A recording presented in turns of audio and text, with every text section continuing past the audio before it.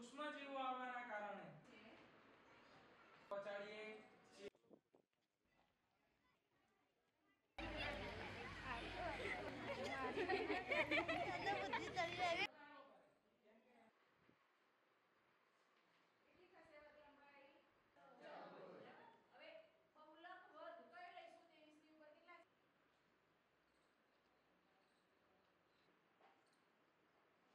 અનાજ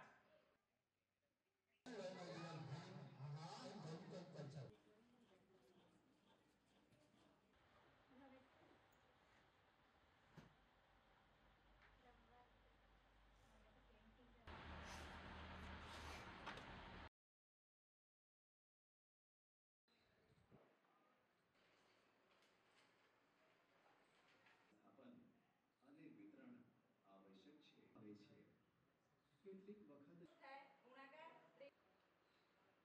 ફોસ્ફેટ એવું કહીએ ને ડીએપી ખાતર આપીએ છે। રવિ પાક કહે છે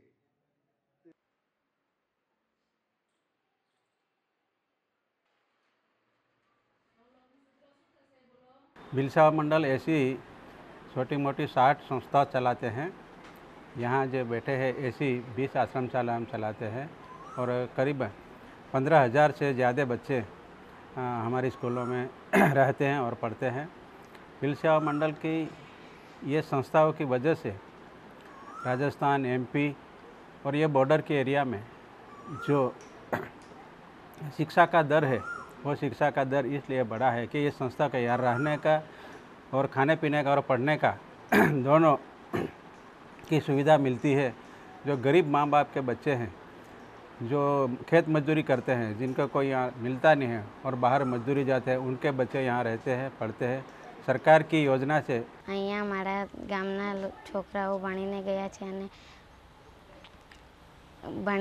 છે અને શિક્ષક, ડૉક્ટર વગેરે બન્યા છે, એટલે મને મારા મમ્મી પપ્પાએ મને અહીંયા ભણવા મૂકી છે અને મને અહીંયા રહેવાની અને સૂવાની બધી સુવિધા મળે છે, એટલે મને અહીંયા સારું લાગે છે। મને શિક્ષકો પણ સારું ભણાવે છે અને સ્માર્ટ બોર્ડમાં બી ભણાવે છે, મને સારું લાગે છે।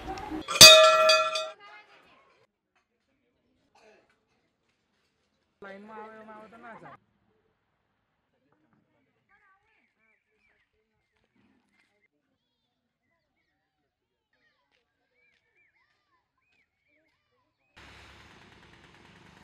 તમારે આપણે વિક્રમભાઈ ભણવામાં પણ છે। હા, મારું નામ વિક્રમ છે। 9મા ધોરણમાં અભ્યાસ કરું છું।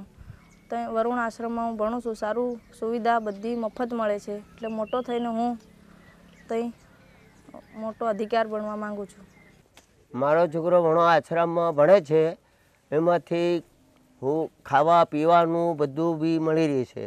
ભણો આશ્રમમાં એવી સુખતા મળી રહે છે, સરકાર તરફથી કોઈ બી ગમે તે પણ મફત બી મળી રહે છે। ખાવા પીવાની સગવડ બી ત્યાં મળી રહે છે।